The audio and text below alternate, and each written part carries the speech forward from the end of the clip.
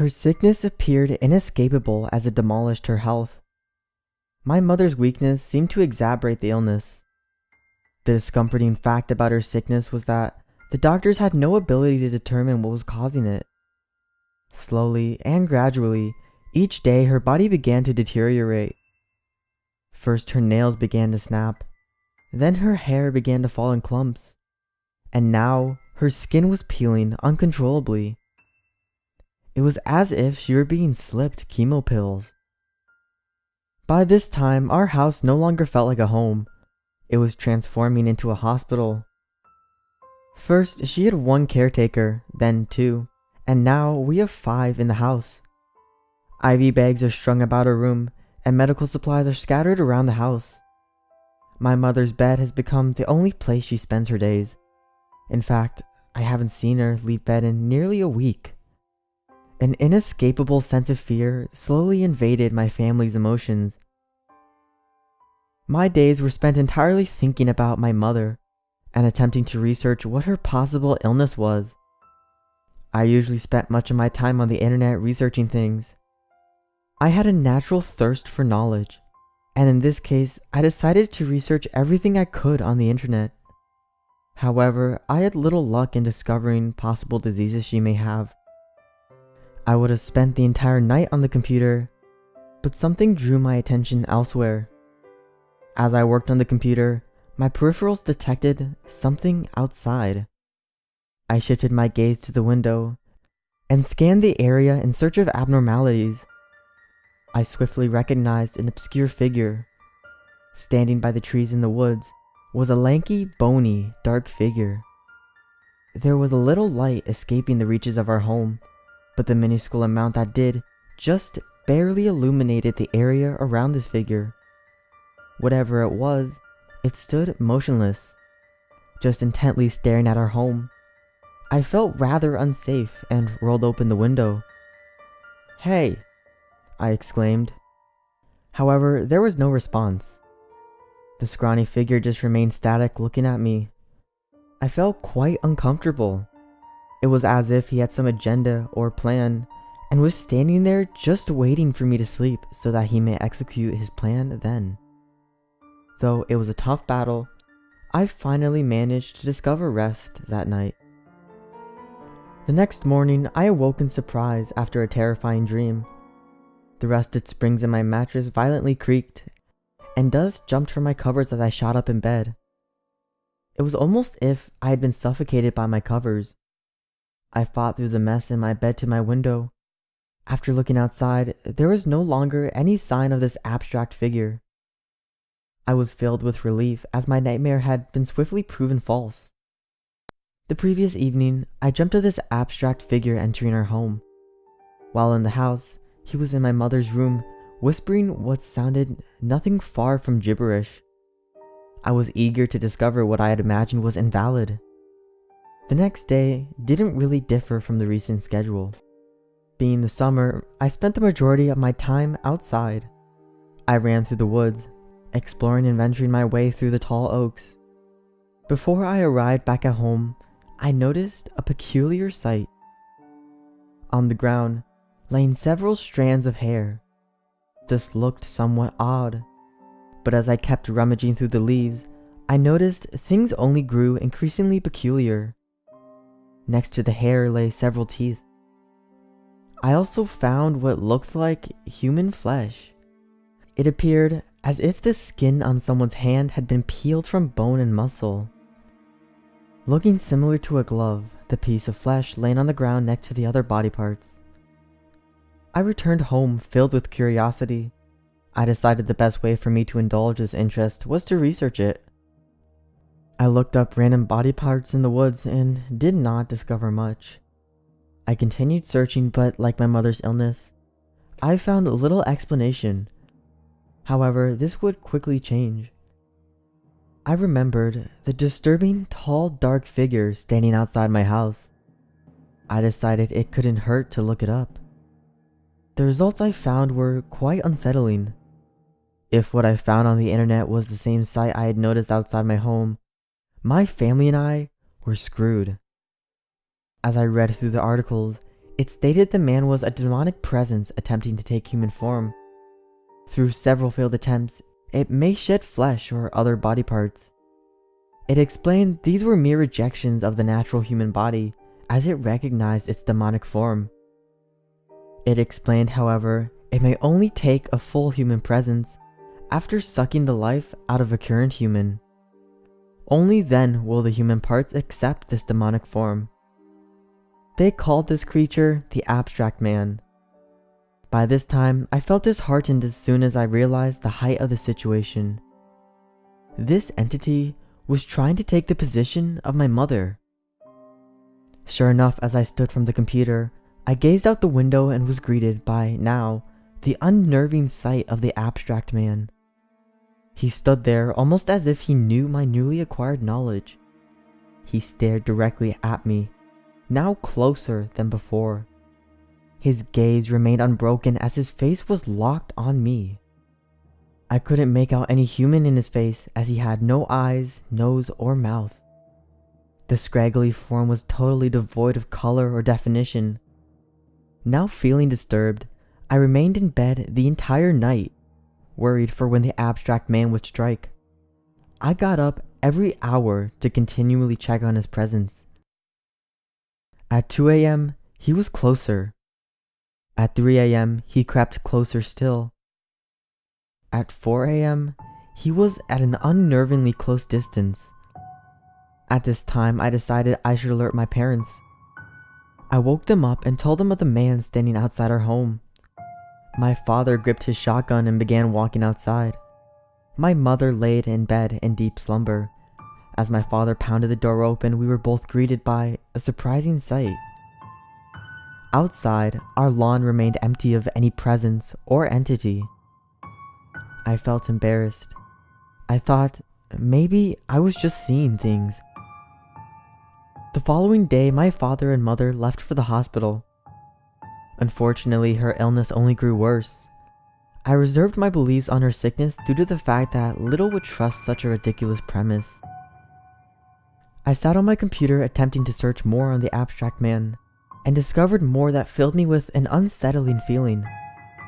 I discovered this figure tried to destroy any information on itself quickly after taking the form of its hosts. When my mother came home from the hospital, I was pleasantly surprised. She appeared to have fully recovered. She walked around the kitchen.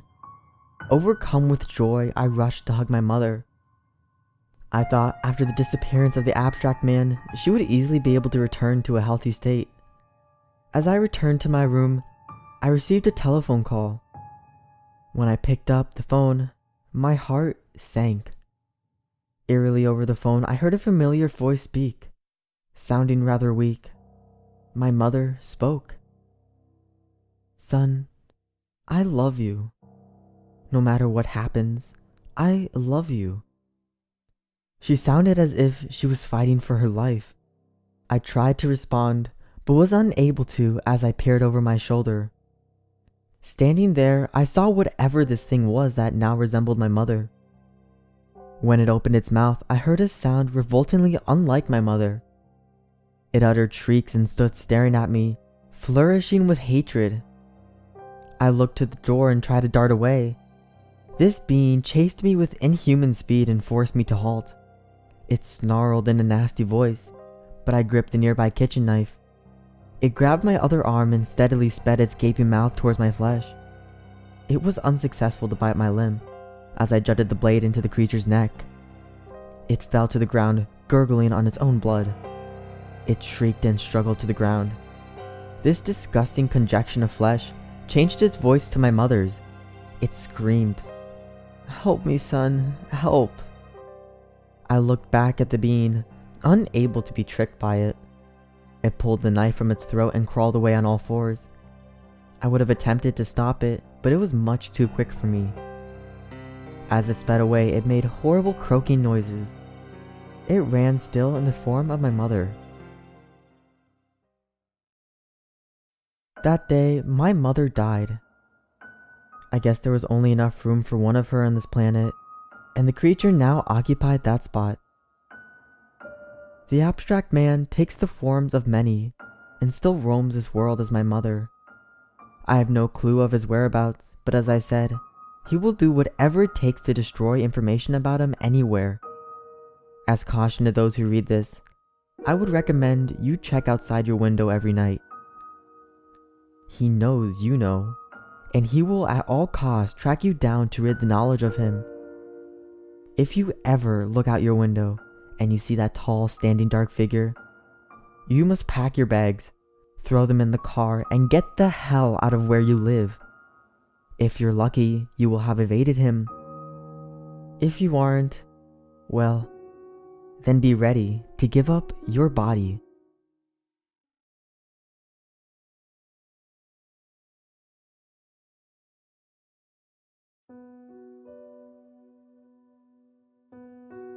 The Midnight Game is an old pagan ritual, used mainly as punishment for those who have broken the laws of the pagan religion in question.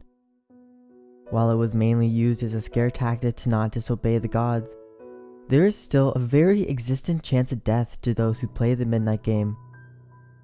There is an even higher chance of permanent mental scarring. It is highly recommended that you do not play the Midnight Game. However, for those few thrill seekers searching for a rush, or for those delving into obscure occult rituals, these are simple instructions on how to play. Do so at your own risk. Prerequisites. It must be exactly 12 a.m. when you begin performing the ritual, otherwise it will not work. Materials. You will need a candle, a piece of paper, a writing implement, matches or a lighter, salt, a wooden door, and at least one drop of your own blood. If you are playing with multiple people, they will need their own of the aforementioned materials, and they will have to perform the steps below accordingly. Step 1. Write your full name, first, middle, and last, on the piece of paper. Put at least one drop of blood on the paper. Allow it to soak into the paper. Step 2. Turn off all the lights in the place you are doing this. Go to your wooden door and place the paper with your name on it in front of the door. Now, take out the candle and light it. Place it on top of the paper. Step 3. Knock on the door 22 times. The hour must be 12 a.m. upon the final knock.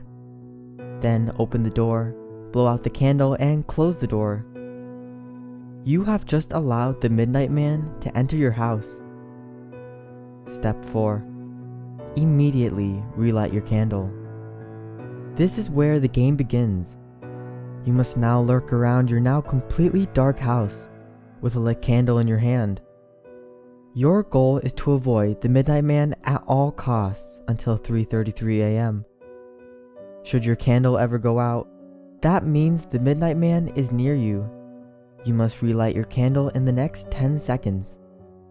If you are not successful in doing this, you must then immediately surround yourself with a circle of salt. If you are unsuccessful in both of your actions, the Midnight Man will create a hallucination of your greatest fear and rip out your organs one by one. You will feel it, but you will be unable to react. If you are successful in creating the circle of salt, you must remain in there until 3:33 a.m. If you are successful in relighting your candle, you may proceed with the game. You must continue to 3:33 a.m. without being attacked by the Midnight Man or being trapped inside the circle of salt to win the Midnight Game. The Midnight Man will leave your house at 3:33 a.m. and you will be safe to proceed with your morning. Addition. Indications that you are near the Midnight Man will include a sudden drop in temperature, seeing a pure black humanoid figure through the darkness, and hearing very soft whispering coming from an indiscernible source. If you experience any of these, it is advised that you leave the area to avoid the Midnight Man. Do not turn on any of the lights during the Midnight Game. Do not use a flashlight during the Midnight Game. Do not go to sleep during the Midnight Game. Do not attempt to use another person's blood on your name. Do not use a lighter as a substitute for a candle. It will not work. And definitely Do not attempt to provoke the Midnight Man in any way. Even when the game is over, he will always be watching you. Good luck. You are going to need it.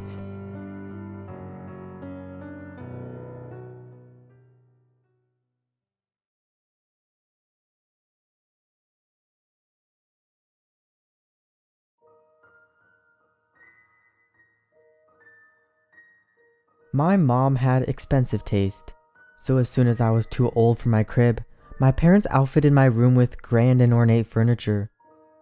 It might seem out of place for a kid at that age to have mahogany dressers and a king-size bed, but it's really not strange at all if you knew my parents.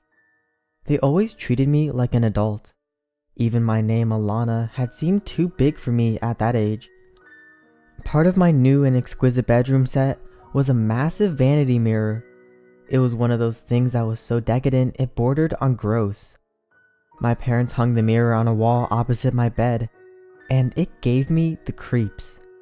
I hated it, but no matter how much I complained, my parents refused to take it down, lest it ruin the decorum of the room. I couldn't sleep with this mirror staring at me. The night terrors came so frequently, my dad eventually found a compromise and hung a sheet over it every night with thumbtacks.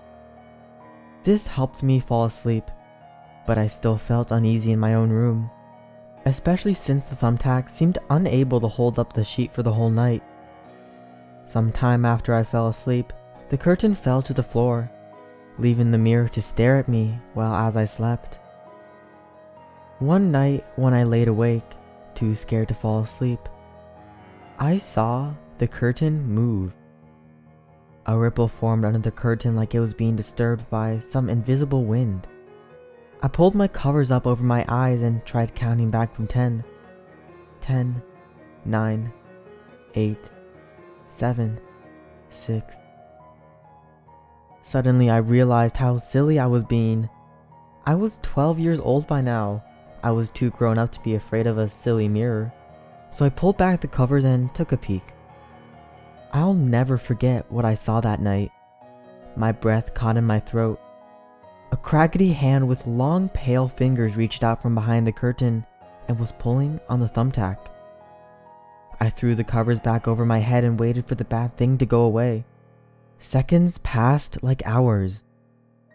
I began to believe that the monster had left me alone, but the sound of the sheet hitting the floor echoed across the room. There was a lull, and then I heard the breathing. It sounded like it was above me, on the other side of my blanket. I stayed awake listening to the heavy breaths, until dawn started to filter through the windows and the breathing stopped.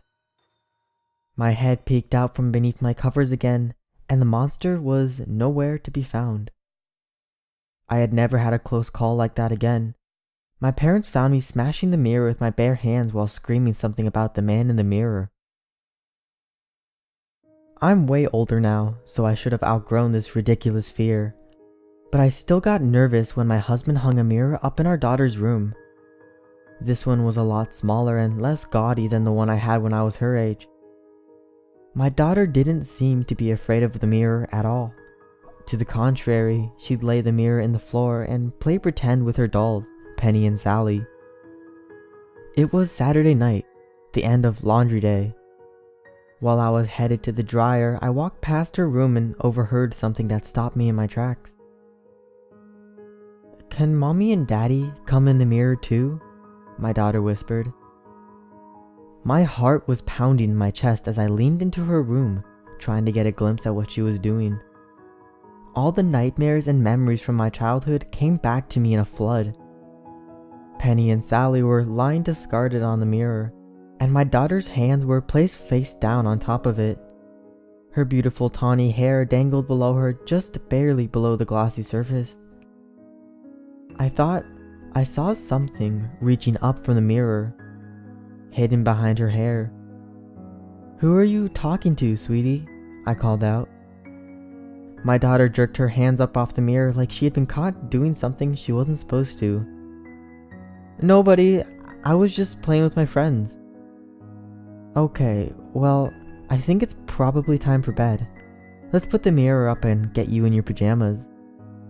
She fussed like usual, but we got the mirror back up and I tucked her into bed. I tried to shake off the whole experience. It was probably just my stupid, overactive imagination. Later that night, I woke up in a cold sweat. There was this feeling that something in the house was just wrong. I slipped on my house shoes and made my way to my daughter's room as quickly and quietly as I could, trying not to wake anyone up so I didn't have to explain what I was doing. When I reached my daughter's door, my panic was nearly overwhelming. I could practically hear that awful heavy breathing, like I was hiding underneath my covers once again. My hands pushed the door open and I let loose a horrible scream. My daughter was lying in bed, fast asleep, but a pale white hand was wrapped around her throat. The thing was looking up at me after my scream. I wish I had never seen its face. Two maggot-ridden holes peered back at me where its eyes should be. Toothy jaws split all the way up its elongated face. Filthy wrappings like bandages loosely wrapped around its crooked back, trying to cover its rotten body. The thing smiled wickedly. I think it remembered me. Then it gripped my daughter's throat so hard she woke up. Her eyes bulged and she clawed at the hand, but it was no use. My legs scrambled to bring me my daughter, but before I could reach her, the beast leapt through the mirror. My daughter went with him. The force of them passing through knocked the mirror off the wall and it shattered into a million pieces on the floor. By now, my husband had gotten out of bed and came into the room. "What is it? What happened?" he cried. I didn't respond. I was hunched over the mirror, trying to piece it together again in some futile attempt to go in after my daughter. My hands were cut and bleeding, but I worked furiously to piece it together. Something was moving behind the glass, but the image was all just scattered and disjointed. I could have sworn my daughter's light auburn hair flickered across the grass. Then the image was gone. My husband pulled me away from the fragmented glass. Things between us were never the same after that. We eventually had to separate. The loss of our daughter was too painful for either of us to look at each other anymore. Now, I sit alone in my house, surrounded by mirrors. Every night I lay awake, hoping the monster in the mirror will come back and take me too, so that I could see my daughter even just one last time.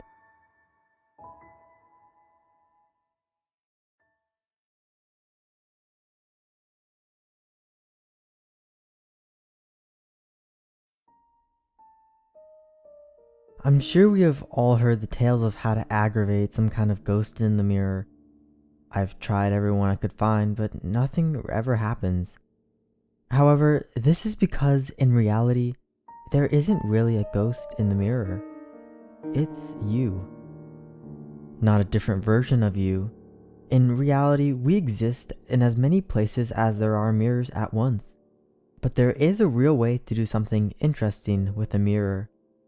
The other side of the mirror contains a world where all your wildest dreams are yours. You just have to do one thing. Tell your mirror these words: "You are everything I have ever been, and I am willing to accommodate all credit I've ever had into one entity." And then shatter the mirror quickly. If not done quickly enough, a demonic moan will be heard as giant hands grab you from the mirror's fragments. If done correctly though, the mirror will piece itself back together and your reflection will climb out of the mirror and allow you to enter his world. There is one condition, of course. The only way you can ever leave is if another mirror you have decides to try this process. If not, you are stuck in there for eternity. Oh, and by the way, you wouldn't want to know what happens if the mirror for the world you're in gets broken. Let's just say that brings bad luck. Altogether, a small price to pay for your wildest desires.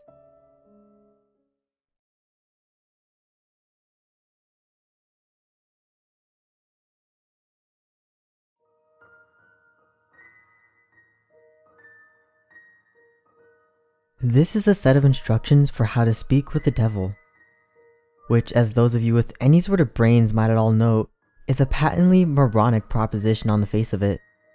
One likely to culminate in any number of thoroughly unpleasant fates. Honestly, it would probably be smarter to publish your credit card on Facebook, or take up a career in crocodile wrestling.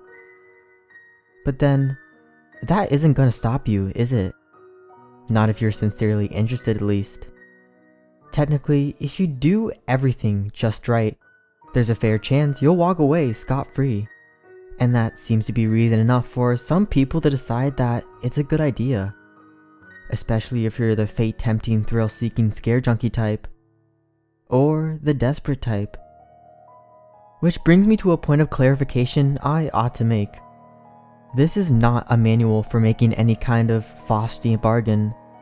You know, the whole sell your soul type of deal. Although if you happen to bring it up in conversation, he certainly wouldn't be one to refuse. Following through with such a foolhardy bargain, however, would necessitate removing some of the protections which we'll be putting in place for your conversation. And I don't think I need to spell out for you why that would be a bad idea. If you're really mathematically impaired enough to want to trade something that will last an infinite number of years for something that might last about 90 tops, there are plenty other rituals out there for you to follow. This one, if performed correctly, should only allow the two of you to talk. This perhaps begs the question of why exactly you would want to speak with the devil in the first place. Maybe some of you just like the idea of making small talk with extremely dangerous occult entities. But for the sake of the human race, I hope most of you aren't quite that stupid. The short answer is, he knows things. Things that some of you may have a deep vested interest in finding out. I mean, he's not omniscient or anything, much as he might like to pretend otherwise. He's not God. But he's definitely got a supernatural advantage over the kind of knowledge any human would be able to obtain. For example, he probably wouldn't be able to predict when the next world war will happen, or tell you the cure for cancer. But he could very well be able to predict the winning numbers of tomorrow's $500 million Powerball drawing, or tell you what deadly undiagnosed condition might be afflicting one of your loved ones. Of course, the Prince of Darkness doesn't just go around giving out winning lottery numbers to anybody who asks. And trusting any sort of information obtained from a being commonly described as the father of all lies is liable to land you in a worse situation than you were in when you started. However, if you're really dead set on finding something out, and you're exhausted of all other options, there is a way to try to get accurate information out of the guy. You see, like so many of the more urban villains in popular culture, the devil has a bit of a penchant for games and gambling. Of course, the reason he likes them so much is that he almost always wins. Unless you happen to be a fiddler named Johnny or represented by Daniel Webster, you're probably gonna get your ass handed to you. But if you're determined enough to want to face the risks and the long odds, there's a certain game the two of you could try to play to win the information you need.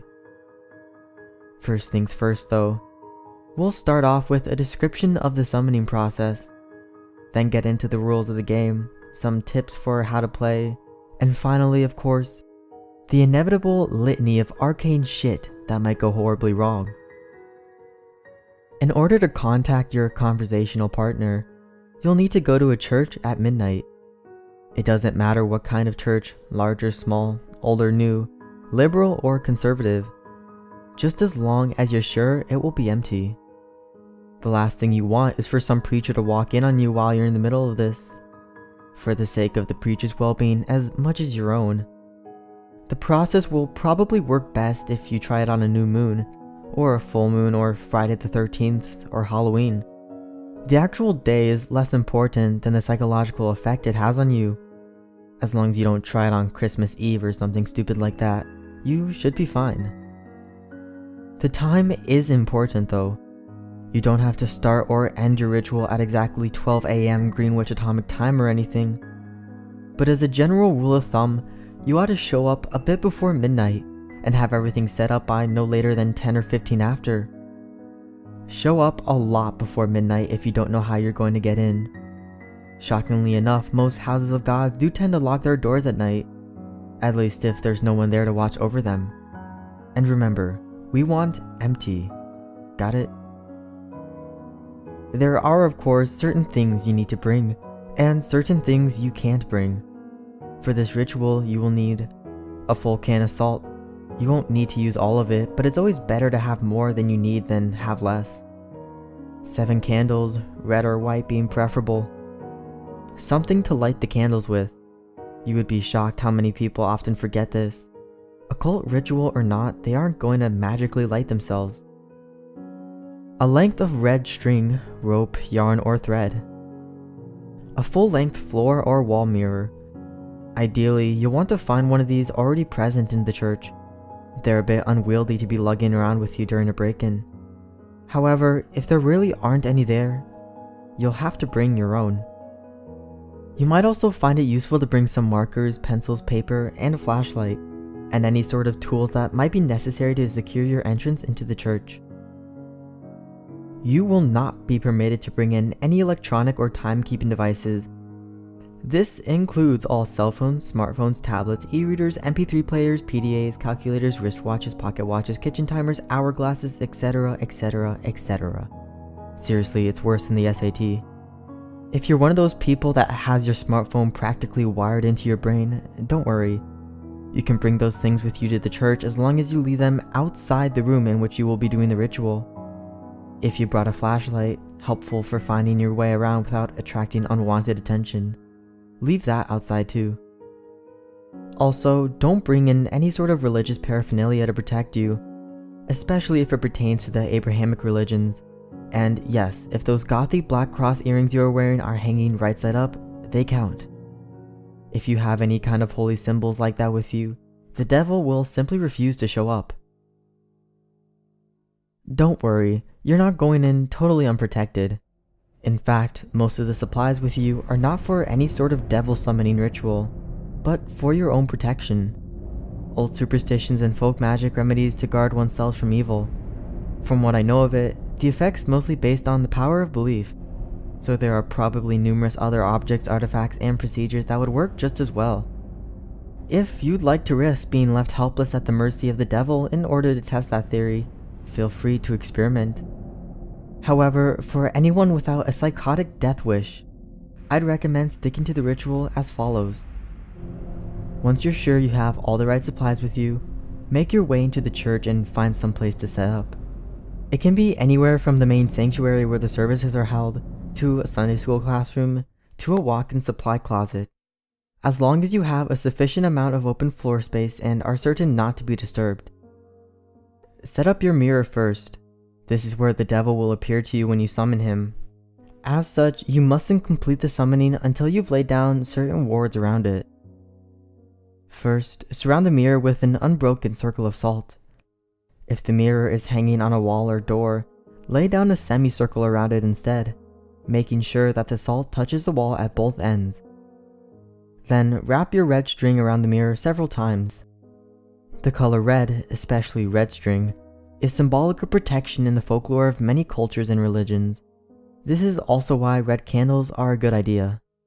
Speaking of candles, set them up around the outside of your circle, or semicircle of salt, spaced at relatively even intervals.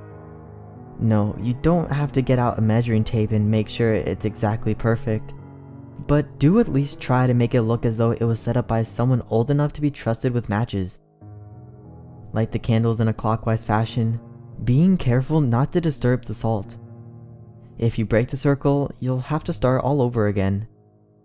Once all of the candles are lit and burning strongly, your protective wards are complete.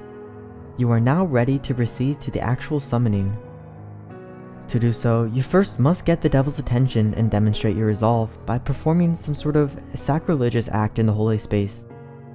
Turning a crucifix or cross upside down is fairly conventional, but it's not the only option. For example, I know of a kid who once fulfilled this requirement by scribbling obnoxious graffiti all over a painting of Jesus hanging in his Sunday school classroom. The nice thing about turning a cross upside down is that once you've finished your encounter, assuming you've survived it in one piece, you can just flip it right side up again and no one's the wiser. sidestepping the relatively minor but still irritating risk of having your Sunday school turn into a reenactment of the Spanish Inquisition for the next month and a half. After you've finished doing whatever offensive thing you decide on, shut all doors to the room and turn off all the lights, so that the space is lit only by candles. Face the mirror and stare deeply into it, concentrating on your desired outcome. There are no incantations, no arcane strings of Latin you have to recite. Just look into the mirror and wish as hard as you can for the devil to appear there. After a few moments, when you feel ready, close your eyes and count to 10. Then, open them. If all has gone correctly, you will no longer see your own reflection. You will be looking at the devil, or at least looking at the way the devil has chosen to appear to you. Chances are he won't look like your conventional red-horned demon with goat legs and a pitchfork, nor any other sort of terrible apparition. No point in scaring you off now. Better to lure you in, make you feel safe. To that end, he generally takes on the appearance of a fairly average, nondescript human being. If anything, he's prone to vanity and will lead towards the more attractive end of the spectrum. The only really frightening part of him will be his eyes. No matter how hard he tries, he can't hide the sinister gleam smoldering deep within him, the malevolent amusement and hunger, like the eyes of a spider contemplating a fly struggling in its web. They're supremely confident, those eyes. Confident and without pity. Don't look into them too deeply, or you'll begin to feel helpless and paralyzed with dread, losing your hope and will to fight. Since you'll probably be just standing there staring at him in shock for a few moments, having on some level expected your ritual to fail, he'll initiate the conversation by asking what it is you desire from him. If you can gather your wits enough to string together a coherent sentence, you should respond with something like, "I wish to challenge you in a game of question and response." Even if you don't get the words exactly right, he'll know what you mean, and he'll accept your request with a wide, predatory grin of anticipation. He's been playing this game for a long time, you see, and he's very good at it. Most humans, on the other hand, are very, very bad at it. This gives him a chance to, at the very least, thoroughly mess with your mind, and at most, well, we'll save that for the litany of shit that could go wrong. You'll have to play it very smart to avoid justifying his expectations. The general rules to this game are very simple, with a few caveats that can make things more complicated. He'll begin by asking you a question. He always initiates the game. It can be anything from a piece of obscure trivia to a riddle, to an extremely personal inquiry. Don't worry, you won't be immediately plunged into hell if you get the wrong answer or anything like that. As a matter of fact, he won't even tell you whether you got the answer right or wrong.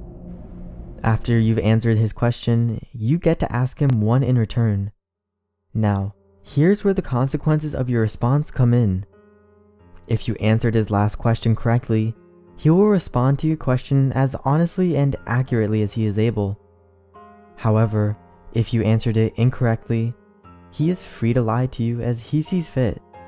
Perhaps if you've asked him something you're better off not knowing, he'll tell you the truth about it anyway. More likely, he'll feed you the most insidious, damaging lie he can come up with. Either way, after he's responded, he'll ask you another question, and the process will repeat over and over again until you decide to call it quits. Now, you may be sitting there thinking that it sounds fairly easy to get the information you need. All you have to do is wait for a question you can answer correctly, and then take that opportunity to ask him what you really want to know, ignoring everything else he said. Well, it's not that simple. The devil will never give you an easy question, one that you can be completely sure of the answer to. He may instead give you questions that you have some vague knowledge of, that you think maybe you know the answer to but aren't really confident, thus forcing you to endlessly second guess yourself, obsessing over whether or not you can trust the information he gave you next. Perhaps you'll think that what he said was a lie, wish it was a lie, but be eternally consumed by doubt, unable to fully convince yourself that you were wrong. Or perhaps you'll have to make a huge choice based on the information that he gave you, and be tormented by the fear and indecisiveness as you realize your fate, and perhaps that of others as well, rests entirely upon whether or not you were able to correctly recall some arcane piece of trivia that you don't even remember now. You'll never remember the exact questions the devil asked you, by the way. That would make it too easy for you to go back and check on your responses.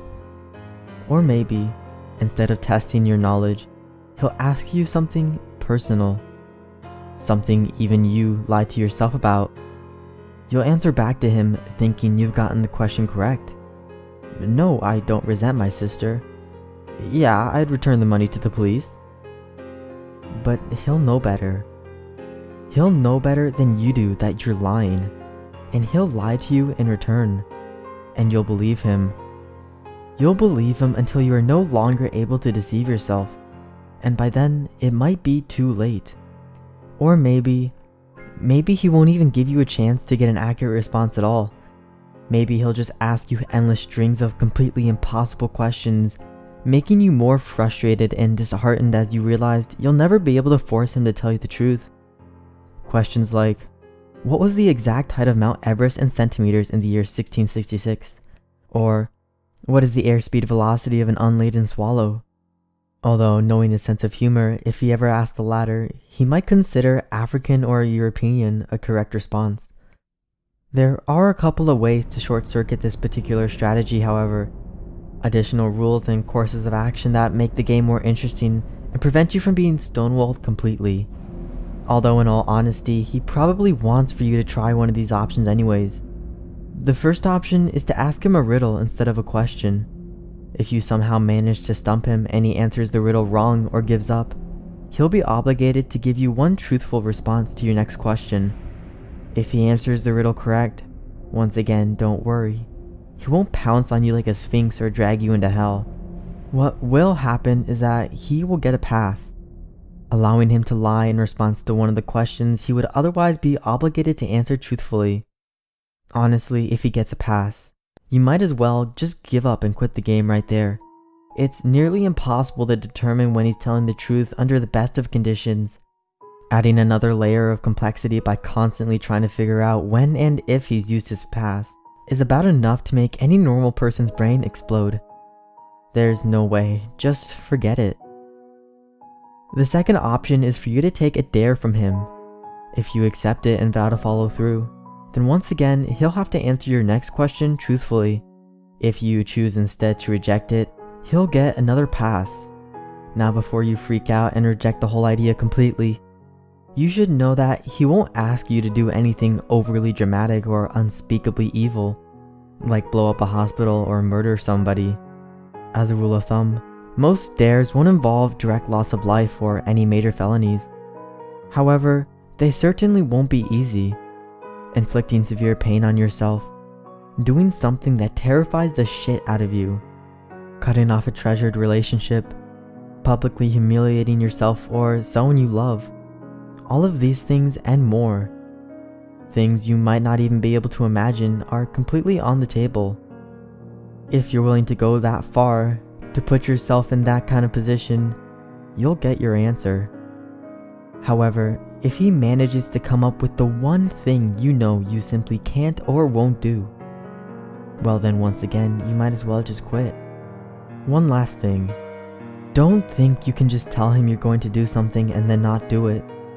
If you accept a dare and then don't follow through with it, well, let's just say there will be consequences.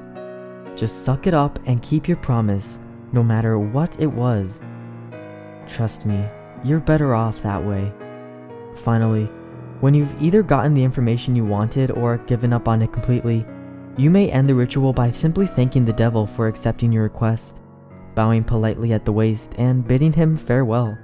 The surface of the mirror will seem to swim and flicker for a moment, and then you will be looking at your own reflection again.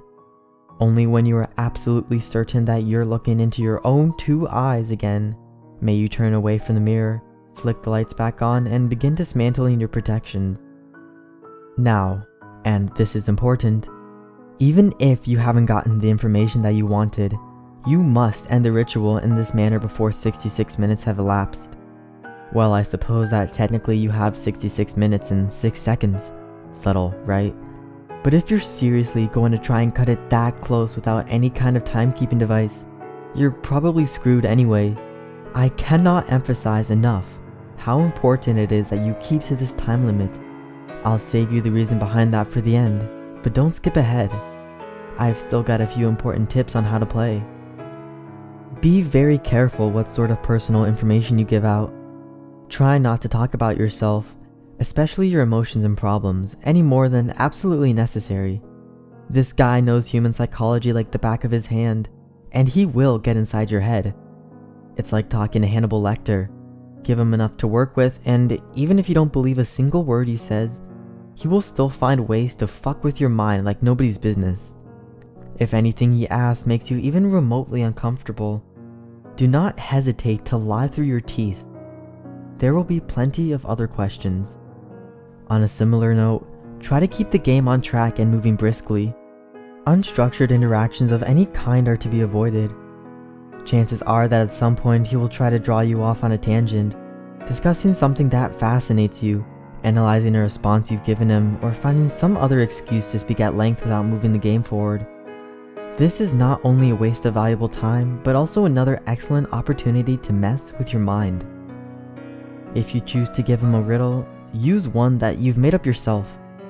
If your riddle has ever been written down anywhere at all, from the pages of The Hobbit to some long-lost tome of ancient magic, he will already know the answer. That said, it still has to be a legitimate riddle, with an answer that makes logical sense from some angle. You can't just ask something like what's green, has 10 legs and hops, then claim for some inexplicable reason that the answer was marshmallows. Nor can you ask him a straight question like, what have I got in my pocket? He probably knows that anyway. There are no hard and fast rules to determine whether a riddle makes sense or not, but you're a reasonable human being. Your ancestors ate from the tree of knowledge. Please, for the love of crap, use common sense. If you choose to take a dare, there's a slight chance that the devil will ask you to do something seemingly easy. Deliver a letter, for instance, or scribble a 10-digit number in a public restroom stall. If he does ask you for something like this, and you have even a shred of common decency in you, do not accept. Chances are that he's using you to further some sinister plot, one liable to ruin a lot of lives and harm a lot of people. Who knows? Maybe you're the type of person who really doesn't mind throwing an unknown number of total strangers under the bus to find out what you want to know. But at least be aware. That is what you're doing. Last but not least, be very aware of the time. It might be helpful to do some practicing beforehand to get a feel for how long an hour is without a watch. The devil will probably put off discussing the things you're most keen to find out for as long as he can, and as you near the 66-minute deadline, he'll try harder and harder to distract you, captivate you, and otherwise keep you playing until it's too late. He'll string you along, feed you little glimmers of false hope, keep you thinking, just a few more minutes, I'm almost there. Don't fall for it. Don't go over the time limit, no matter what. Now, you may be thinking that this game doesn't really sound all that dangerous so far. Threats of psychological damage rarely seem to carry the same weight as threats of physical damage, even though their costs are often just as great. Hate to burst your bubble, but the game is far from safe. There are plenty of ways for you to seriously screw yourself over both physically and mentally, not to mention spiritually.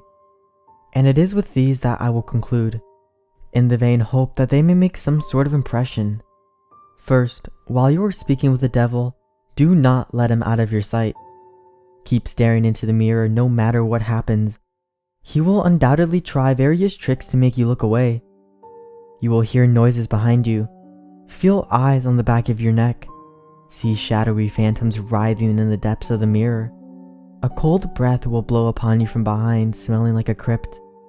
A deep silence will settle, only to be interrupted by a loud smack directly behind your head, giving you about the worst jump scare you've ever had.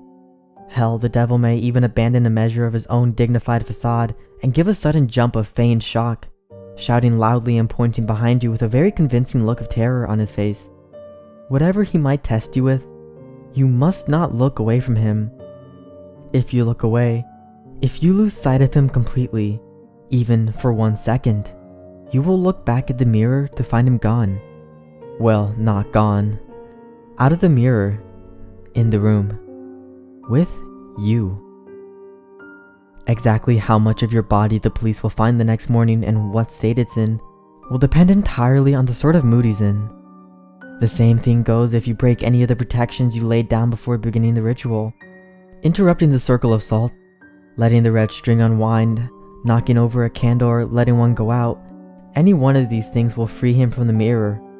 And then, well, you're all a bunch of creative horror junkies. I'm sure you can fill in the blanks. On a different topic, you may reach a point in the game, probably after a long series of maddeningly impossible questions, where the devil asks you a deceptively simple question. What is your full name? You must not give it to him. Names can be a thing of great power, although the devil will of course already know your name. Telling it to him is akin to inviting a vampire into your home. Your name is deeply synonymous with your own inner self. Thus, giving him your name is powerfully symbolic of giving him yourself. If you are foolish enough to make this mistake, all of your protections will be for naught, and he will seize upon your unwitting offer with malicious glee, stealing away your soul and dragging it back with him into hell. At least that way the police will find a complete identifiable body. As a matter of fact, your vacant shell will be unblemished, seemingly having dropped dead of sheer terror. Last, but certainly not least, there's the matter of what happens if you go over the time limit. This is arguably the worst thing you can do. You won't think so at first. The devil will give you no indication that you have in fact exceeded the time limit, and you will conclude the ritual as if nothing had gone wrong. Perhaps as the devil's image in the mirror trembles and gives way, you'll see a particularly nasty, triumphant smirk flash across his face. But this will be easily dismissed as your imagination. You'll turn the lights back on, gather your belongings, and go to leave the room. But when you open the door, you will see nothing. That's right, nothing. Just a flat white void extending infinitely in all directions. Only the room which was reflected in the mirror will now exist. Incidentally, if you turn back around to face the mirror again, you may catch a glimpse of your own reflection. Perhaps it will even turn and favor you with a smirk and a cheeky wave, before sweeping out the door into a perfectly normal church hallway outside. As you may have already figured out, you are no longer in the church. Your soul is now trapped in the mirror, and the devil has taken the liberty of possessing your body. Now that you are no longer using it, pound on the glass and scream all you like. You'll never get out on your own, and no exorcist can help you. But don't worry, it's not like you're in hell, right? At least, not necessarily. What you have to understand, see, is that a human soul stripped bare of its flesh is a deeply volatile and vulnerable thing, especially when trapped in the land of the living. You are now an entity of purely mental properties, and as such, the barrier between what is real to you and what is imaginary has been completely dissolved. As you fill that reflected room with your anger, your sorrow, your fear at being trapped, these emotions may begin to coalesce, given form by your mind. If you're not particularly imaginative, these creatures may not be too terrible, may not be able to inflict too much horror and pain. With time, you may even be able to teach yourself to get rid of them. If, however, yours is a mind haunted by monsters, a mind that is vibrantly creative and imaginative, and more than usually twisted, well, there's no telling what horrors might come clawing their way out of the maelstrom, tasting sweet release from the confines of your subconscious, hungering for your terror and suffering. They will refuse to be banished, dragging you, kicking and screaming into an endless positive feedback loop of pain and fear. Needless to say, if you're a regular patron of websites like this one, you're probably pretty well fucked. There's only one way to find release from the mirror and the world that you've created therein. They say that if you call to the devil once more and ask him to free you from the mirror, he'll be willing to take you out. For the usual fee, of course. Who knows, maybe if your imagination is twisted and powerful enough to create a personal hell that leaves you begging for the real thing, those talents might be put to good use. There are over 7 billion people in the world after all. Even the devil himself can't be messing with all their minds at once. Talented help is always appreciated. Of course, the corollary of your being trapped inside the mirror is that the devil now gets to do whatever he wants with your body until sunrise. At around that time, your body will mercilessly drop dead from the strain of possession. Autopsy will probably identify the cause as some kind of coronary event. Don't get too relieved though. He's perfectly capable of stirring up plenty of trouble in those few hours. For instance, he may decide to do something big and dramatic, like purchase a large meat cleaver and go on a murder spree, starting with the names in your address book and working his way out to complete strangers if he has time. Or perhaps, he'll focus on only one person, someone who trusts you completely, using your persona to get him or her alone and vulnerable. And then, well, no need to describe it here. Once again, I'm sure you can think of a few things. Starting to see why I called this the worst outcome yet? Of course, there's always a chance he won't lay a finger on any of your loved ones, instead deciding to do something a little more subtle, more insidious. Like drop off a few nondescript unmarked packages on certain doorsteps in the dangerous part of town, or locate a particular dusty, aged yellow text in the storeroom of your local library and intentionally misfile it in the young adult literature section. Or whisper 7 very choice words into the ear of the distracted-looking young redhead waiting for the 3 a.m. subway train. Or maybe he'll decide that, in this age of waning superstition, not enough people are getting interested in his games, and the knowledge of them is in danger of being lost. Maybe he'll decide he needs to get the word out a bit more, do a bit of networking, attract some new suckers, challengers. Maybe he'll take a quick look at your browser history, see where the impressionable, curious minds are hanging out these days. Maybe he'll even write a quick tutorial, in modern parlance rather than in some inscrutable, obsolete, demonological text. Post it on the internet and see how many bites he gets. Maybe I really shouldn't have gone there, but if you've made it this far without shying, a little twist at the end isn't going to put you off, is it, dear listener? I'm sure there are plenty of intrepid adventurers among you with burning questions you'd like answered. And you're all a smart bunch. You know the pitfalls, you know the conventions, you live and breathe this sort of thing, do you not? There's no way you'd fall into any of the obvious traps, right? You're not some Dick or Jane off the street after all. You'd be bringing a whole new level of competition. You would... Oh, excuse me for just a moment. I think I hear someone calling for me. What?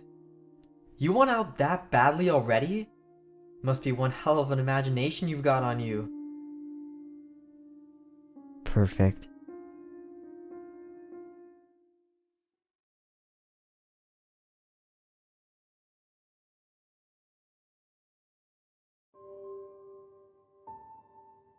A married couple who had just returned from their honeymoon decided to buy a house. The couple was very happy because they managed to get the house at a very cheap price. It was in a nice neighborhood, close to the city and just a short walk from the shopping center. One day, the husband was walking down the hall when he spotted a red crayon lying on the floor. The couple didn't have any children, so the husband wondered where the crayon had come from. Perhaps the previous residents left it behind, he said to himself as he casually threw it in the trash.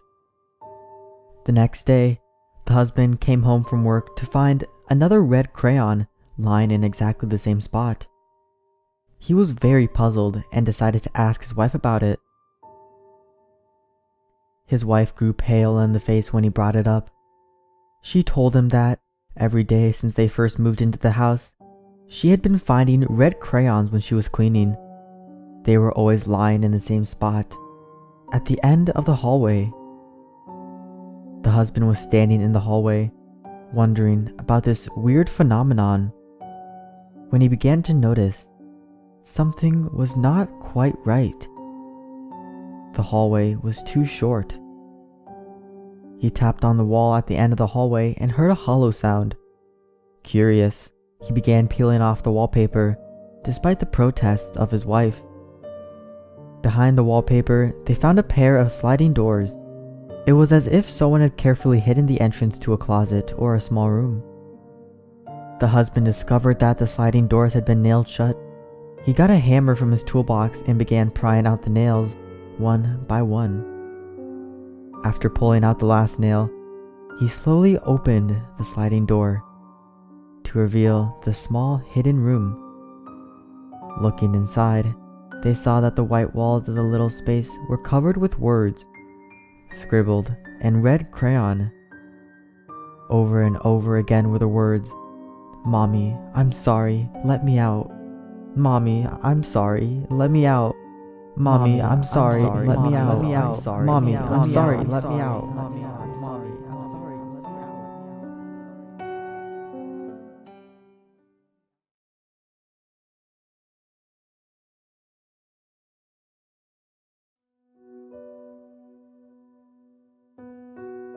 During the summer of 1983, in a quiet town near Minneapolis, Minnesota, the charred body of a woman was found inside the kitchen stove of a small farmhouse. A video camera was also found in the kitchen, standing on a tripod, pointing at the oven. No tape was found inside the camera at the time. Although the scene was originally labeled as a homicide by police, an unmarked VHS tape was later discovered at the bottom of the farm's well, which had apparently dried up earlier that year. Despite its worn condition and the fact that it contained no audio, police were still able to view the contents of the tape. It depicted a woman recording herself in front of a video camera, seemingly using the same camera that the police found in the kitchen. After positioning the camera to include both her and the kitchen stove in view, she turned on the oven, opened the door, crawled inside, and then closed the door behind her. After 8 minutes into the video, the oven could be seen shaking violently. At this point, thick black smoke emanated from it. For the remaining 45 minutes of video, until the batteries in the camera died, it remained in its stationary position. To avoid disturbing the local community, the police never released any information about the tape, or even the fact that it was found. Police were also not able to determine who put the tape in the well, or why the height and stature of the woman in the video did not come close to matching the body that they had found in the oven.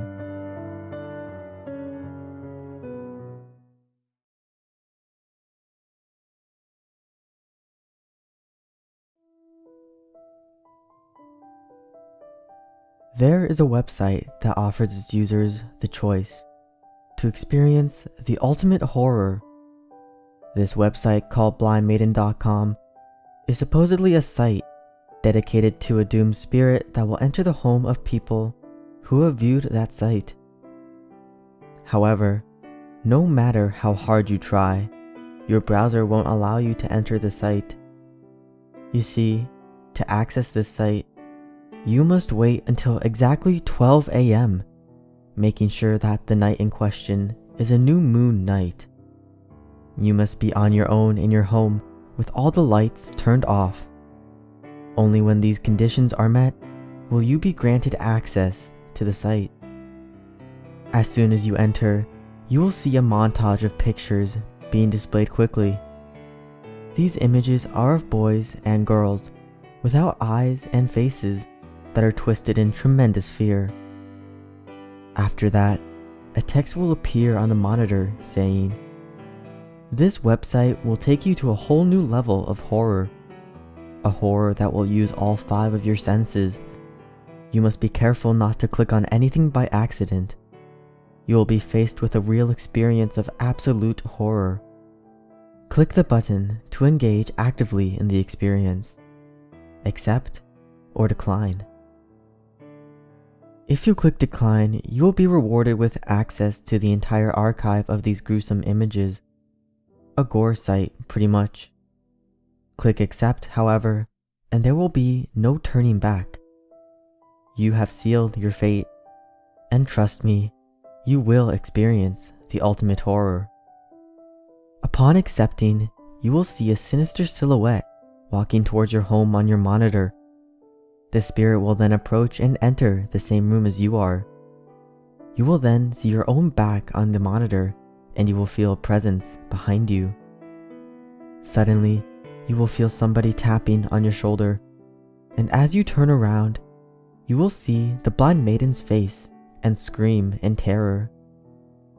And that will be the last thing you will do, as she will then kill you. The blind maiden will then pluck your eyes out and take a photo of your face.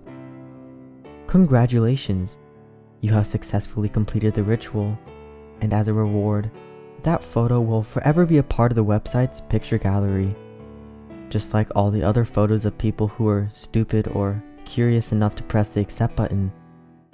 And yes, if you are a thrill seeker, then you will love the last few moments of your life.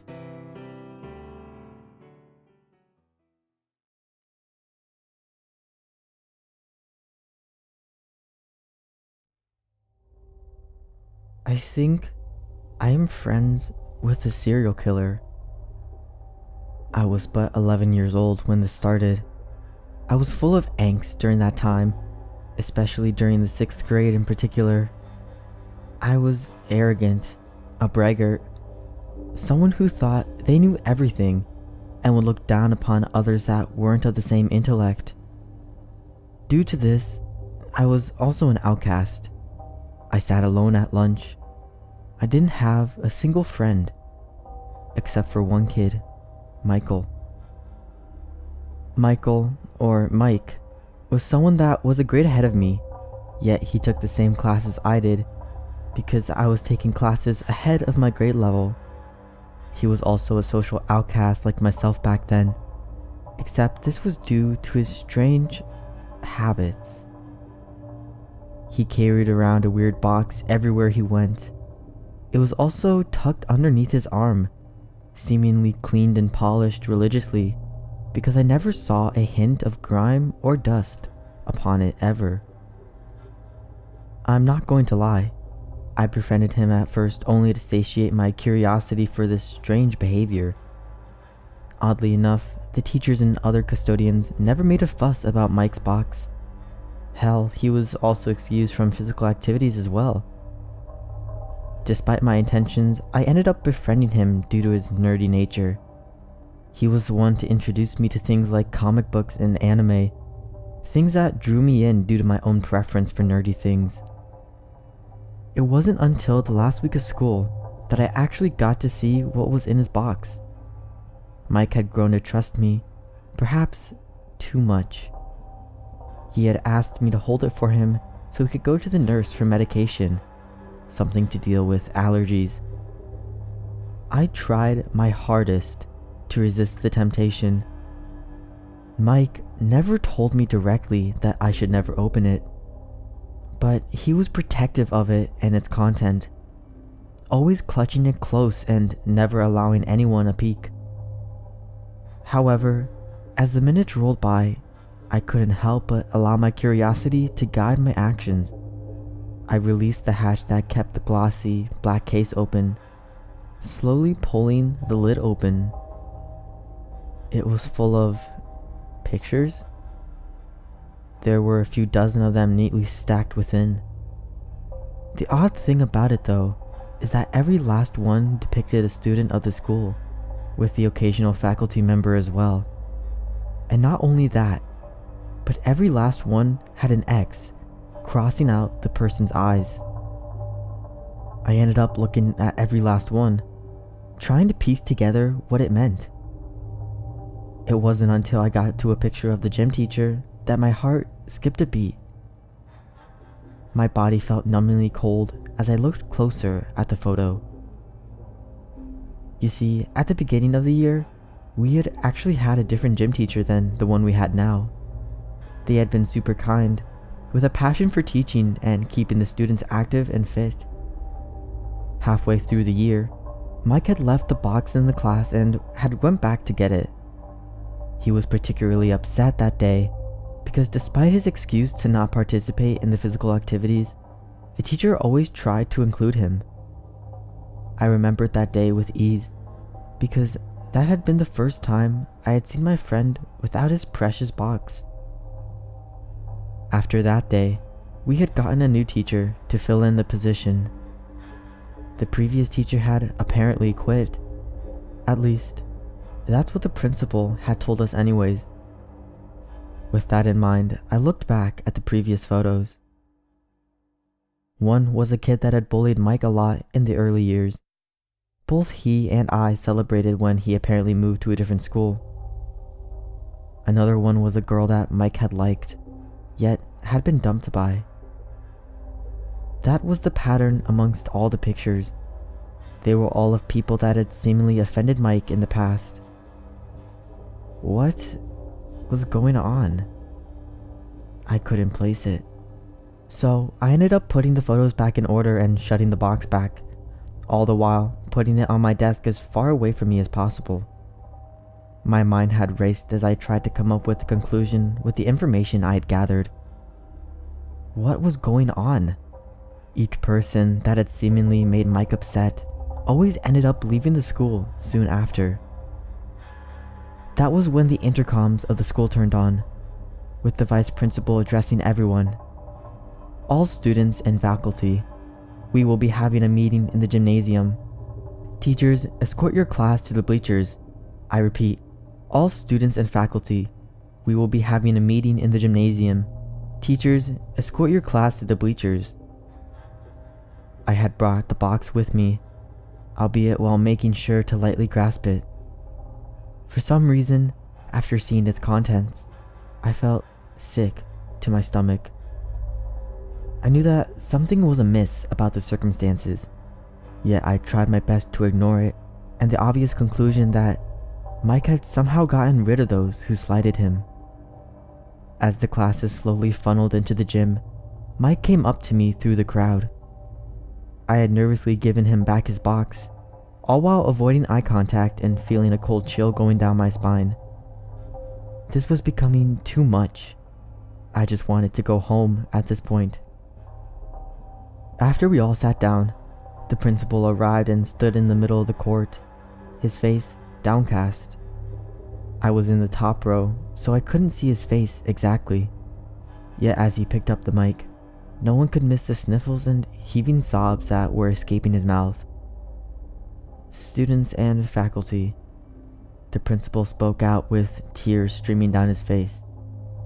It is with great reluctance that I inform you that today, one of our longest working faculty members, Mr. Henderson, has passed away. You may know that he has been absent for a week from a cold. I am here to say that he had a heart attack last night. Every single student in the bleachers were deathly silent.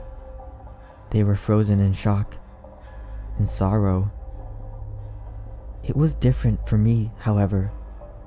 I was instead frozen with trepidation. Hadn't Mr. Henderson been part of the photos in Mike's box? I craned my neck to the side to catch Mike's eye, afraid of what I'd see. He was staring at me, and he was smiling. He knew what I was thinking.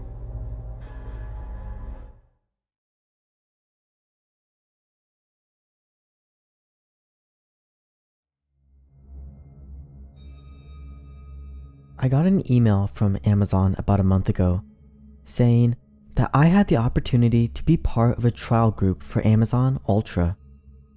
The spiel promised access to all the regular Amazon Prime stuff, Amazon Video with some extras for some of the shows, making ofs, etc. Amazon Music, which, to be honest, I never used. I've got Spotify for that. And a new delivery plan. For a hefty monthly fee, I could get unlimited immediate delivery on everything. Drones apparently, hence the cost. They said that it was fast and discreet. It also said that it could link to my emails, social media, and phone to be able to predict what items I would need and automatically order them. It would even anticipate the time that I would need them. Well, obviously, I signed up. I mean, it was expensive, but I had to try it. Emma, my wife, was definitely not very happy. We had a bit of an argument about that one. I'll sign her up for her own account. That way, she can see for herself. It took a while to set up. I had to download the app and give over the passwords to my Facebook, Twitter, and Google. When the app was installing, it also asked for some weird permissions I hadn't seen before. I only skimmed it before clicking OK, so I can't remember what it said off the top of my head. I just remember thinking it was odd. After a month of monitoring my habits, the app then advised me to leave all the doors in my house open and at least one top floor window for optimal delivery access. I went with the bathroom because, it's probably the one room you'd want to air out. The wife wasn't a fan of the draft though. Anyway, to start with, it was amazing. I woke up the next day and went to brush my teeth and realized I was out of toothpaste. I hopped in the shower and as I got out, I heard a whirring sound. Felt a slight breeze and lo and behold, there was a new tube of toothpaste in the little package on the sink. I'd had a curry on my own last night. Emma was out on an office party. And suffice to say, I was especially pleased to see a parcel containing a new pack of super soft toilet paper chilled by the early morning sky. The drone was hovering by its gifts, waiting for me to acknowledge the delivery. I pressed the green button to signify I wanted the product, and it flew off, back to wherever it came from. When the missus said she was going on a business trip, there was an 8-pack of beer and a Blu-ray waiting on my coffee table for me without even a thought, all accompanied by a soothing whir. It had started to anticipate my wants. If you'd asked me then, I'd have given the service 5 stars, no question. There were restrictions, however. You couldn't just order yourself items to anywhere. It had to be to your designated shipping address, a safety feature I rather enjoyed. If they couldn't find a way in, they would leave the item on the doorstep and bump against the door until someone pressed the green button. I thought it was strange, but the email did stress how discreet the service was, so I didn't complain too hard. After all, these things were so convenient. So when I heard a gentle knocking on my door, I knew what to expect. Instead of some treat I hadn't thought of in its delivery basket, it was a long box. The box was ripped slightly. This wasn't unusual with some of my packages. The items were always okay, so I just assumed it was due to the speed of processing. I saw a metallic glint through the hole. I unwrapped it and realized that what I held was a long, sharp butcher's knife. I saw a torn portion of the label. It was addressed to Emma. Now, Emma doesn't cook, perished the thought. So needless to say, I was puzzled. She was on another work trip and said she would be unreachable for the next week, so I accepted it. A few days later, 2 more packages turned up, also addressed to Emma. I shouldn't have opened them, but my curiosity got the better of me. It was a bone saw and duct tape. I had no idea why she would want them. The tape I could understand, but who needs a bone saw? She works in an office, for God's sake. Slowly, more packages arrived, each one filling me with an increasing sense of dread. A pair of ladies' black leather gloves. Emma never wears gloves. Rat poison. We have no rats. And a huge jug of drain cleaner, the industrial kind. The kind that melts flesh. I checked the label. I tried calling her to check that these were legitimate deliveries, but as promised, her phone cut straight to answer machine, so I accepted them. They were easily returned and, despite my nagging sense of unease, there had to be a reasonable explanation for it. I was just letting my imagination run riot. I awoke on the day of Emma's return with a sick feeling in my stomach. I hadn't been sleeping for the previous few nights and was exhausted. I groggily opened my eyes and saw a drone hovering at the foot of the bed. I looked in its delivery basket, and what I saw made my stomach drop. It was a plain, square, cardboard box addressed to Emma. The corner was ripped. Through the rip, I could see a black, sleek barrel of a pistol. I tore the box apart and looked at the invoice. This delivery had a time attached. It had arrived an hour early. My heart lurched. Everything else I could dismiss as an error or a glitch, but this gave me a time. This gave me a method. Amazon was doing its job as advertised. It knew she planned to kill me and wanted to make things as easy as possible. I was just lucky to have signed us both up. As I hit the reject button on the drone, I heard the key in the door. My relief at watching the weapon fly out the open window was swiftly replaced by rage. That bitch! After all our years together, she would do this to me? She was probably screwing someone else as well. She's never in the house. As she walked up the stairs, I imagined her with 1,000 lovers, drinking champagne and laughing as they plotted their lives after the minor inconvenience that was my life had been removed. She walked into the bedroom, and I screamed at her that I knew what she planned to do. That slut laughed in my face. In my face. The red mist of fury descended, and through the rush of blood in my ears, I heard a faint whir. I felt the drone put the hammer in my upraised hand, and as I brought it down onto my former lover's head, I see her smile turn to a look of fear. Gray matter slowly oozed from the wound as she fell backwards onto the tarp that was already being pulled into place by 2 drones. They really were so convenient. As I poured drain cleaner onto the body, a thought gave me pause. You know what? I don't think I ever did sign her up for an account.